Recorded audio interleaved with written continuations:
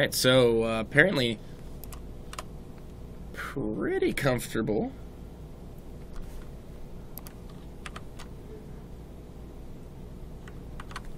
With Adelscott's PvP. There we go. Okay. We got Hasu in the bottom left-hand corner of Crevasse, and he's going to be our yellow Protoss. Bottom right-hand corner, we have his opponent, Millenium's Adelscott. He is going to be our orange Protoss. Yes, these two are going to be very difficult to discern in a big battle. HasuObs throwing out good luck, fun having, and we are on Crevasse. And don't forget, guys, so when a player loses from your team, you not only get to select the next player coming in, but also the map.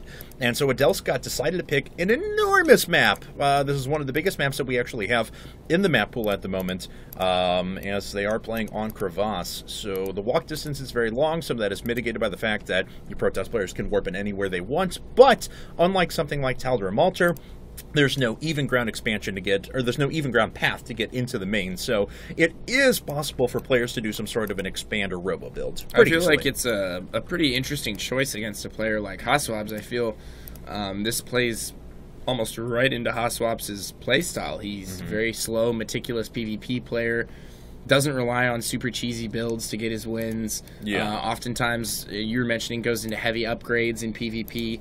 In his series against Huck at NASL, so I feel a huge map like this just kind of caters to his playstyle a little bit. Yeah, definitely. We're going to see what Adelscott can do to compensate for that fact. As we want to thank our friends over at TeamLiquid.net, as we are using Liquipedia for a good portion of our, reading about the players and stuff like that, trying to keep everyone informed. Awesome. It really is. It really is. It really, really is. And already we have a differentiation of the builds. It looks like HasuObs is going to put up Cybernetics Core. No, actually, just a later second pylon. Thought he was going to do Cybercore before second pylon there. But it came out just a bit sooner for Adelscott. But anyway, so Adelscott, his name comes from a French whiskey-flavored beer, apparently, which I had no idea about, but thank you to Liquipedia for letting us know that. And I first started gaining consciousness of Adelscott, I admit, when back at TSL 3, when he actually took out MVP right away. And that was when MVP, before he hit his slump, and was really riding high after his second GSL win or something like that. So. Yeah. Well, I mean, it makes sense, Dave. That's right around the time he came on the map for me. He was pioneering that mass gateway style that he continued to use throughout the TSL. And it was really effective, and it still is. Yeah, certainly. We've seen a lot of people kind of catch on to that. It has its play. I think that you're going to have a lot more differentiation in PvP and early game styles now, just due to the fact that there's starting to be somewhat of a defender's advantage because of, we can go back a little while to the nerf of the warp gate time, build time, and stuff like that. I think the biggest change is the immortal range. Definitely, 100%. I think that changes PvP and also the vision up the ramps, too. Yeah, that too. Because it's very easy for an Immortal to actually sit right here, and with 6 range, yeah, they hit everything that's down at the bottom of the ramp. Yeah, so. It's quite nice. Okay, so we've successfully avoided talking about the first couple of minutes of a PvP, which is nice, because not too much tends to happen that's different between the two players. But look at this. HasuObs on 1 gas is going 2-gate Forge, and his opponent, on the other hand, he did decide to go for second assimilator pretty quickly. It's going to offer him a lot of flexibility. He can either get up a lot of sentries or move into tech pretty quickly. So HasuObs obviously trying to go for those super quick upgrades we were mentioning. And, he can start his +1 so early in this game. He's going to have 100 gas just as this Forge finishes. Can go ahead and grab that +1 if he wants.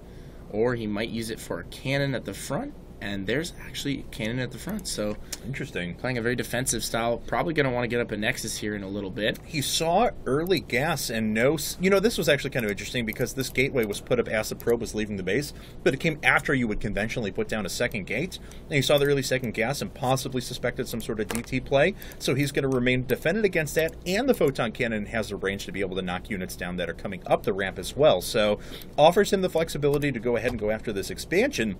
The problem is, though, is that he's invested quite a bit of money, of course, that 150 resources into the Photon Cannon, when Adelscott, as we see by his expansion, clearly has no intention of expanding for the moment. Yeah. Oh, forces a couple force fields to get burned right there, but ends up losing a Stalker. Yeah. So he does have a much better idea of what Adelscott's up to now. He sees the sentries, sees quite a few units at the top of the ramp, so he knows he's not going for some super aggressive 4-gate style play or anything like that. So Hasu's probably content to just sit outside, camp a little bit, make sure he doesn't get any probes out, no offensive pylons. But You know, if Adelscott did have an offensive pylon out there on the map right now, he could run a couple zealots into the mineral line. I agree. It'd be pretty brutal. And looks like Adelscott's probes are worshipping the Nexus Shrine that's warping in right now. HasuObs has these 4 Stalkers out here, but isn't really going to be able to do anything with them. Adelscott just has too much stuff sitting on the ground. Now, we did not actually see... Oh, there it is. Okay, +1 weapons now coming up. Started quite a bit later, though, only about 30 seconds ago. Let's see, that's just gateway number 3 with a Robo. We have a pretty passive PvP right now, which is... Actually, I enjoy the passive beginning of the game PvPs because that tends to lead into the more exciting battles later on. Yeah, absolutely. It actually turns into a real game. It's not just that early game micro battle where one player ekes out a small advantage and then ends up winning the game. Exactly. From there. I mean, it's an actual full-on game of StarCraft. And Adelscott actually has a pretty significant supply lead at the moment that kind of plays into both the investment into the Forge without taking advantage of that upgrade right away and the Photon Cannon, but also continued unit production. Also later gates as well. His 3rd gate just now coming in. Yeah. 4th gate coming, 5th gate coming. So HasuObs really upping his production right now. And no Twilight Council, so it's not like Blink or anything like that. 5-gate Robo, but this is just being used for a Warp Prism at the moment. Love the Warp Prism. He's going to be able to do some serious harassment over at the natural of Adelscott, and Adelscott's moving out on the map right now, so he may or may not have an answer for this. It really just depends on if he has his gateway cooldown timings up when the Warp Prism hits. The Warp Prism on its way over there right now, just going to head straight into the natural, not even picking up any units back at base. And he's probably just going to send some zealots or perhaps a few stalkers straight in there. Could even warp in some sentries if he wanted and try and force field some of those. That position is so good right there. It's just out of his vision. But Adelscott does have a significant number of units that are sitting out in the middle of the map and could force an engagement here. The zealots are starting to make their way in, though. These gateways, they are all recently used. He has only 1 unit that he can warp in at the moment, so he's going to have to delay for a little while until the cooldown finishes. Oh my goodness, he might actually be able to get the Nexus with those 4 zealots. Oh no! That they're dealing so much damage right now, especially with that +1 attack. This Nexus definite possibility. Is falling so fast. Now we have a few zealots that made their way in, though, so HasuObs is going to have to continue to warp in some more units. He does force field his ramp. He has quite a bit of energy saved up. He'll be able to do that a couple more times, but the real action is here at this Warp Prism. More units are starting to warp in now. Yeah, and Adelscott using the minerals very well to wall off those zealots and protect the stalkers there. He's going to have to micro pretty fiercely here. More zealots being warped in, and oh god, Adelscott blinking all of his stalkers onto the high ground at the natural. HasuObs doesn't really have a response for this. He only has a handful of units. The Nexus will more than likely go down, and then Adelscott can just blink on out of there. And that's exactly what he's going to do. Or no, is he going to engage these forces straight on? No, he takes out the Immortal first. Probes are sending back in as well to go ahead and do some damage, but now there's a second Immortal, and he's blinked himself into a corner. I think that was a mistake. He only took out 1 Immortal, and the rest of his forces are going to get crushed. However, Adelscott does have that second base up critically, and we're going to see what HasuObs can do. Although I do think, I don't know, I wish Adelscott would have gotten out of there. I think he would have had a huge army intact. Yeah, I feel like he threw away a huge advantage there. Not only that, I think as opposed to killing the Nexus, there was a certain possibility of him just almost outright killing HasuObs' army right there. I mean, he just had a couple sentries, a few stalkers, and Immortal, but by allowing the Immortal and the stalkers to just pound away on his blink stalkers the entire time he was killing that Nexus, things evened up a little bit here, and now HasuObs has the opportunity to push and potentially do a ton of damage. Catches both the sentries before they are able to force field on the ramp. Now, his blink is not finished yet, so he has a lot less mobility in this engagement, but of course there's just not that many stalkers out for Adelscott at the moment. That Immortal is going to go right through those destructible rocks. Indeed. Adelscott should be able to get enough up to defend this by the time those rocks go down. I think 1 more warp-in cycle, and he should be good to go. HasuObs doesn't really want to press the issue right now. He needs to be careful with pulling units out of position with the Warp Prism, though, and that is going to allow him to move up the ramp. Takes a couple of zealots with him as well, so gets some damage done, backs away with no losses taken. Ooh, Adelscott's in full chase mode here. Needs to be careful. Yeah, definitely. All right, so that Warp Prism is ready to make another pass here in a second. However, the Stalker's right on top of that. That's going to get moved away. See you later, Warp Prism. And HasuObs does have his next Nexus coming up. And he's only at a 10-worker deficit. We'll see how much that actually plays into the rest of the game here. As Adelscott, I would imagine, is going to push out and secure another expansion in a bit. And indeed, we do see the probe moving up. That'll finish here momentarily.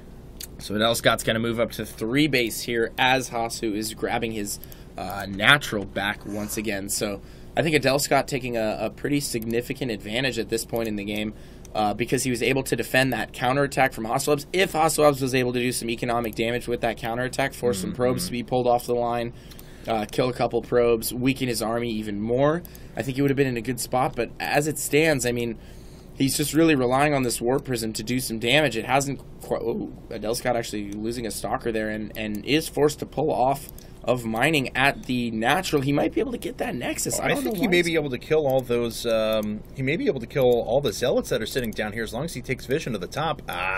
Unfortunately, they kill their rocks and move way before he's able to get that done. But HasuObs does deny mining, allows him to catch up a little bit further in terms of army supply. Needs to start transferring some probes over, and there they go. But, okay, this is an interesting army composition here. A lot of Immortals are out, so very, very high DPS. And it plays pretty well against what Adelscott has on the field, but Adelscott's just going to be able to produce so much stuff. I really wonder if, I really wonder if he's going to be capable of taking out that third, because if you think about the Warp Prism throughout this game, oh, wow. A Ninja Expand 4th from Adelscott. So Adelscott just really taking control of the map. I mean, he's going up to 4 base here, and the Warp Prism for HasuObs has just been kind of a mineral dump for him. He continues to lose Warp-ins of 4 Zealots, and they're really just not doing that much damage. I mean, what's our workers killed? It's the one thing that it has bought him, though, 6 apiece. The one thing that it has bought him is armies have been pulled out of position. A lot of Stalkers were sent in the last time this Warp Prism came through, and he's able to pick off a couple of sentries and a few Zealots at the front.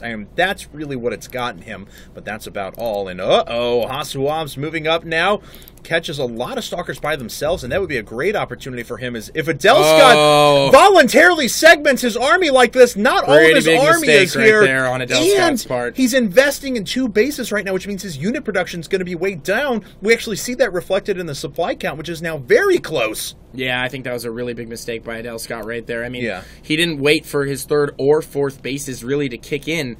He kind of just went for the kill there, and now that we have all these Immortals here, but Adelscott warping in some additional Stalkers here, forces HasuObs out of position. HasuObs doesn't want to fight here, obviously, at this point. But Warp Prism back in once again, and the Zealots are starting to kill a couple more workers. And again, pulling units out of position. This is a huge amount of forces here to not be in this engagement, and HasuObs is taking advantage of that. Looks like he's going to be able to get that 3rd base. Very well done by HasuObs right here. He's actually up in supply. Working with what he has. He's finally up in supply right now. I think he was at a pretty significant deficit in this game, and he's managed to bring it back, and he might be able to pick off quite a few units here. The Immortals just doing so much damage to the Stalkers. Yes. And I don't know if Adelscott really wants to engage this at all. He continually loses Stalkers here. The supplies are getting more and more in HasuObs' favor, and he is just... HasuObs making a little bit of a mistake here. Sends his Immortals and his sentries around the right. He had them in 2 different groups. Oh, no. Yeah, he loses 1 Immortal there, but he has successfully surrounded these forces and forcing engagement, which I don't think Adelscott wants to do, as he still does not have a superior force right now, and these Immortals are doing quite a bit of damage. Adelscott, GG, well played. Wow. And HasuObs coming back from a terrible situation to go up 2-0 for Mouz. That was actually ridiculous. What a comeback right there. So impressive. I think certainly down after losing that Nexus, but Adelscott made a huge